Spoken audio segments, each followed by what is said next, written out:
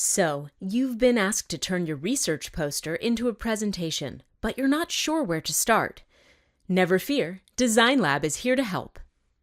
In this video, we will help you transform your poster into an effective and engaging presentation. At DesignLab, we use the principles of CAT and CRAP when thinking about design.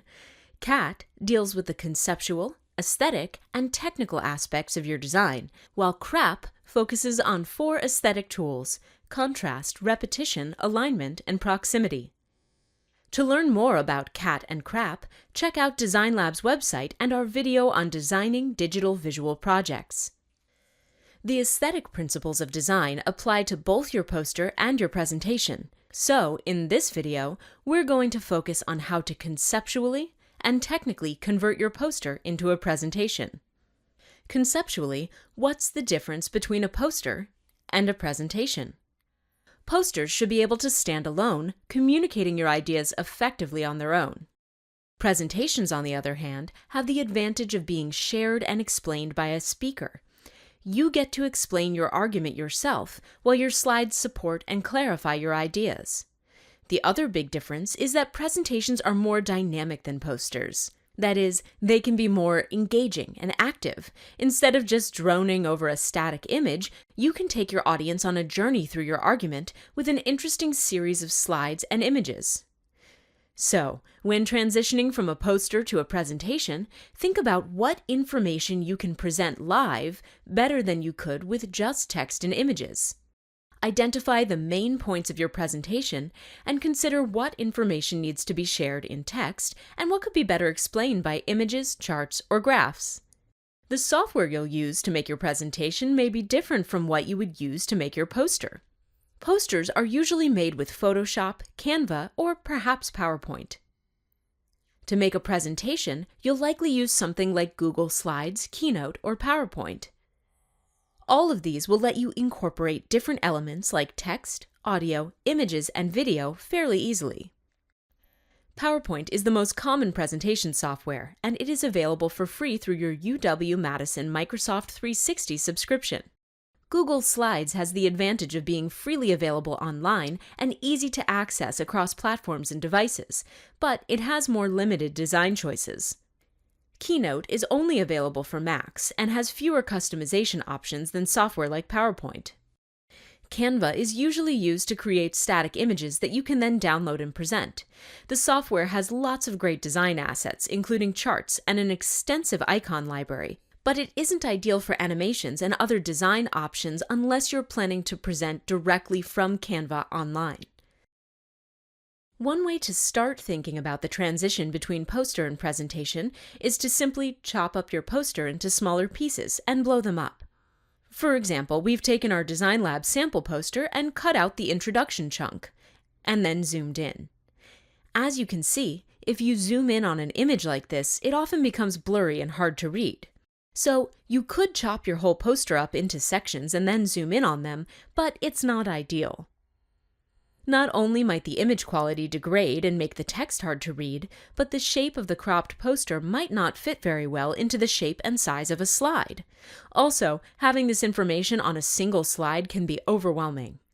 Instead, we recommend starting with a fresh presentation and building on the organization and aesthetics of the original poster to convey your ideas more effectively in this new format.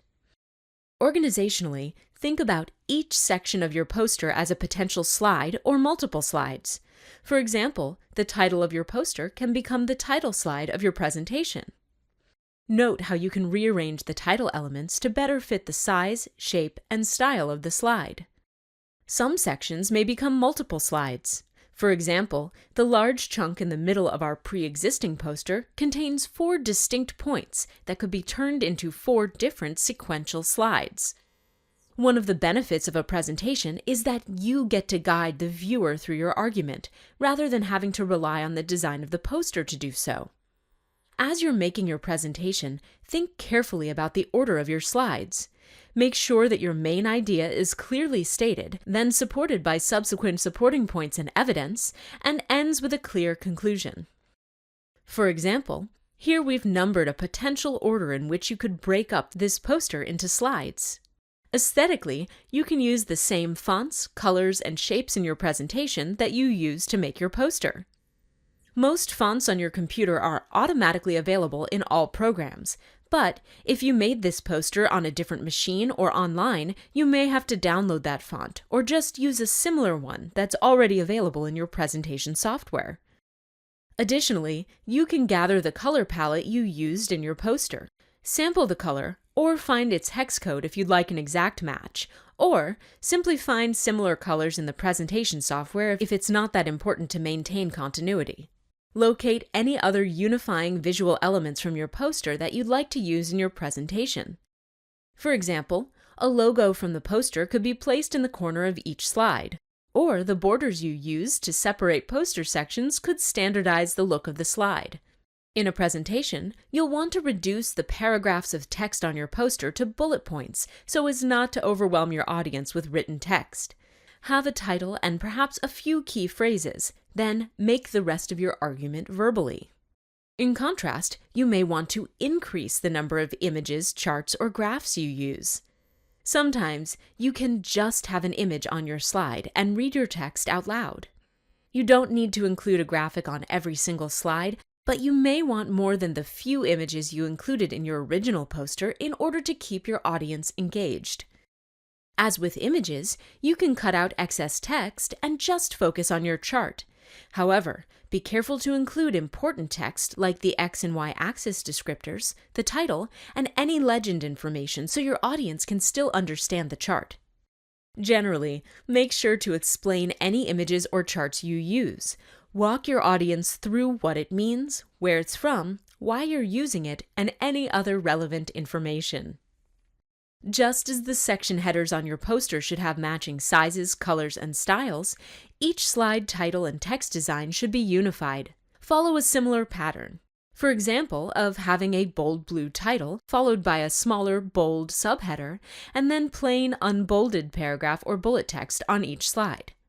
You can also change and add new elements to help the flow and organization of your presentation. For example, you can repeat a shape across slides to emphasize related elements. Here, we've added a blue rectangle and changed the color of the subheader to emphasize this important subpoint of our poster's argument. Additionally, you can add various animations to your slides for interest. For example, you can have each bullet point of your argument appear on the screen as you're ready to talk through it, like this, and this, and this.